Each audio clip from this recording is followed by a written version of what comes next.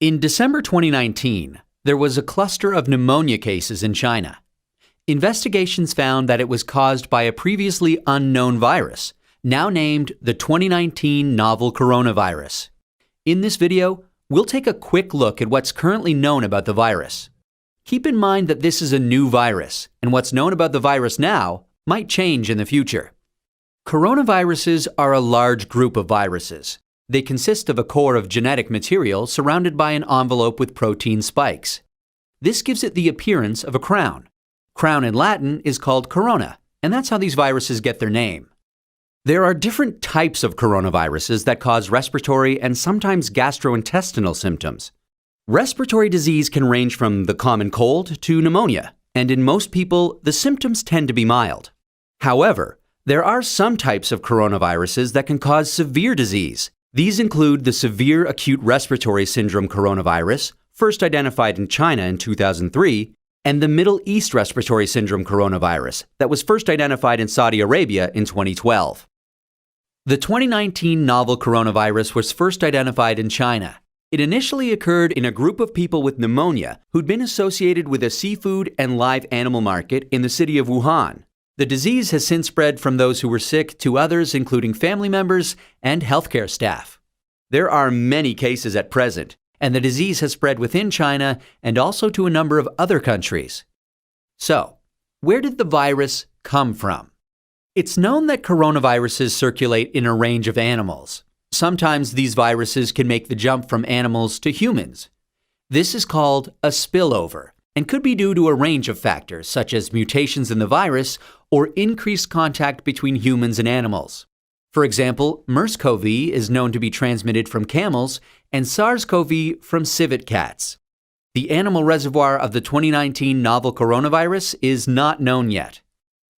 How is it transmitted?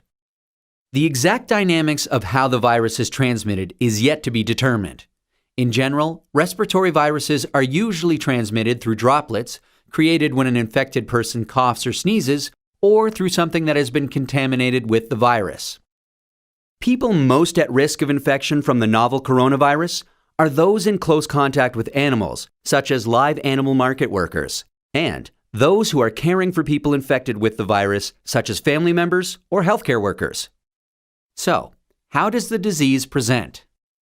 Well, from what is known so far, there can be a number of symptoms ranging from mild to severe.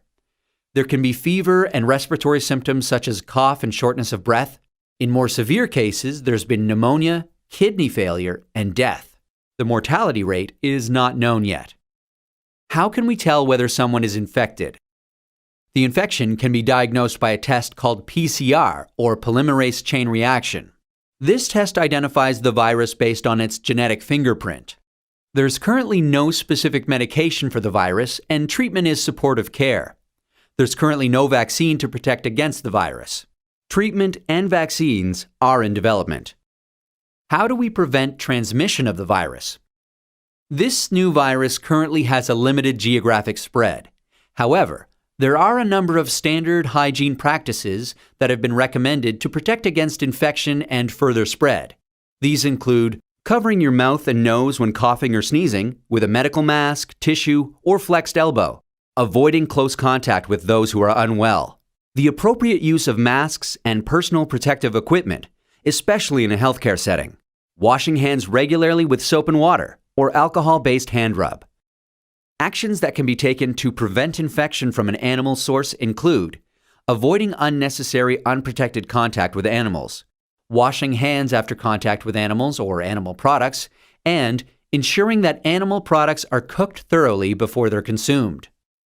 It's important to stay home if you're feeling unwell, but if you have a fever, cough, and difficulty breathing, seek medical care early and share your previous travel history with your healthcare provider. That's a quick look at this emerging infectious disease. Given that this outbreak is evolving rapidly, what's known about this virus can change. Please check the websites below for the most up-to-date information.